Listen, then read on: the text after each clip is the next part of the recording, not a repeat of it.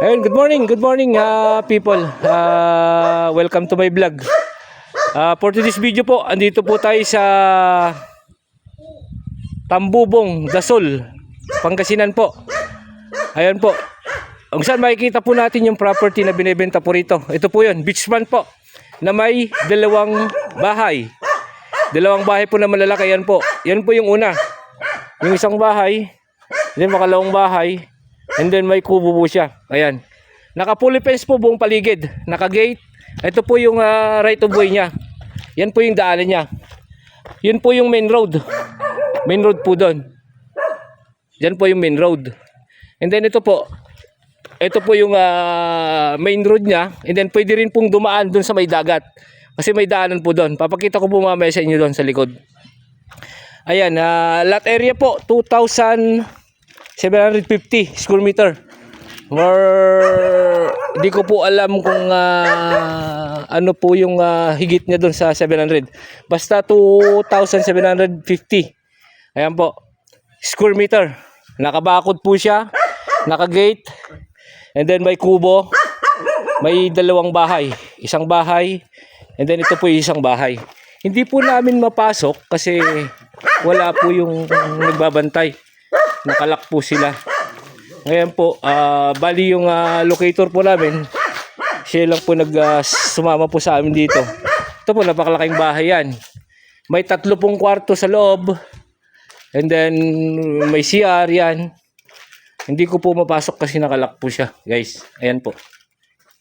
Ayan, at puntahan po natin yung kabilang bahay. Ayan po, may mangga, may atis, yung fruit bearing po niya, at iba't ibang kahoy. Napakalilim po kung makikita ninyo. Ayan po, buong paligid niya. 2,750 square meter po ang lot area. Ayan, beachfront po ito. Papakita ko po sa inyo na nakatutok po mismo itong property sa may dagat. Tambubong. Dito po sa Tambubong po ito, Tambubong Dasol. Ayan. May nyug po siya. Ayan. Ito po yung pangalawang bahay. Ayan po. Kunting renovation lang po ang kailangan dito. Bali, kwento bro? Pinaupahan din. O, paupahan to. Bali, 3 kwarto po ito. 1, 2, 3. Ayan po yung pangatlo. Ayan. Ayan po, dito po tayo sa may side. Ayan po, nakapader. Yung mga CR po nila. Ayan, nakapader po lahat. Buong paligid ng vicinity ng property. Ayan po. Bali, ito yung bahay. Yung bahay ng may-ari siguro. And then, ito po yung paupahan niya. May 3 pong kwarto. Ayan po. Puntahan ko po dun sa may likod ng property. Ayun guys, papunta tayo doon sa likod. Kung makikita nyo yung dagat mismo yan. Kuryente, andito po yung poste ng kuryente. Dito po sa mismo property. Ayan, buong paligid po yan. Andito po sa likod, napakagandang gawing resort po ito. Tapos magpatayo po kayo ng mga paupahan na building. Yung mga bakasyonista po. Ayan. Tignan nyo po guys, oh. May mga berries po siya. Tapos nyog. Ayan. Ayan. Tapos pinaupaan po nila ito. Mga cottage na maliliit. Yung mga naliligo po dito sa may Tambubong Beach. Ito po.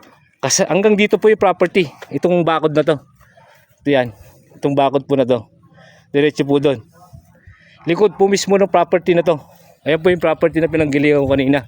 Kung saan ako unang nag-video. Doon banda ron. Ayan po. Ayan, ang ganda. Tambubong Beach po ito. Ayan po, white sand. Ayan, napakaganda. Ayan po. Nakatutok po mismo dito sa may sa may harap ng beach. Ayan, ang ganda. Napakaliwalas. Ayan po. Ulitin ko po. Located at Tambubong Beach. Barangay Tambubong, Dasol, Pangasinan. Itong location po niya. And then, itong property may 2 bahay. Yung isa, pinaupahan, may 3 kwarto. Naka-fully fence po siya, fully gated. Nakapader po siya buong paligid. Napakagandang gawin po ito, resort. Magpatayo po kayo ng gumawa po kayo ng pool diyan, and then paupahan. Napakagandang i-develop po ito. Develop na resort. 2,750 square meter ang lot area. Yun. Yung may-ari po dito ay buhay pa. And then titulado po siya at no extrajudicial. Ayan po. Wala nga lang din po yung may-ari kasi parang sinamaan po ata yung anak sa school. Ayan.